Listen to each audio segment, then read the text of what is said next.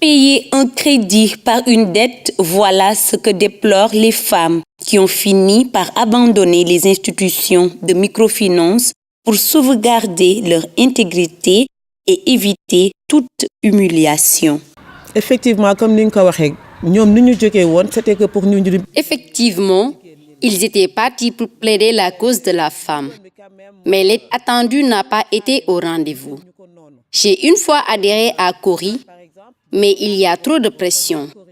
Il y a tellement de pression et ce qu'ils nous demandaient comme taux d'intérêt est énorme. Du coup, si tu n'as pas une indépendance financière par rapport à tes dépenses journalières, tu t'en sors pas.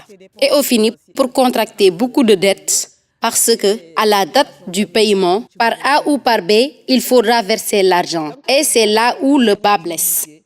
Tu vois souvent, certaines femmes, à une semaine des échéances, elles ne dorment plus et ne tiennent plus sur place parce qu'elles pensent qu'au jour J, il suffit juste de les voir pour constater leur tourmente.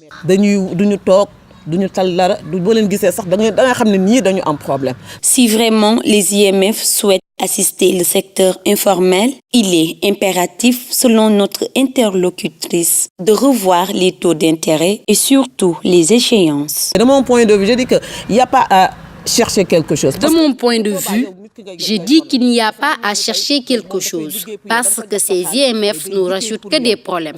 À y voir de plus près, on semble travailler pour ces institutions parce que ces intérêts sont pour eux.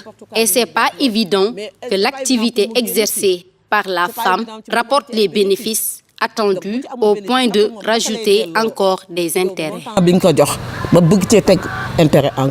La seule interrogation qui demeure est de savoir qu'est-ce qui a changé dans la vie de ces femmes. Le soutien des IMF pour l'entrepreneuriat féminin continue d'être problématique.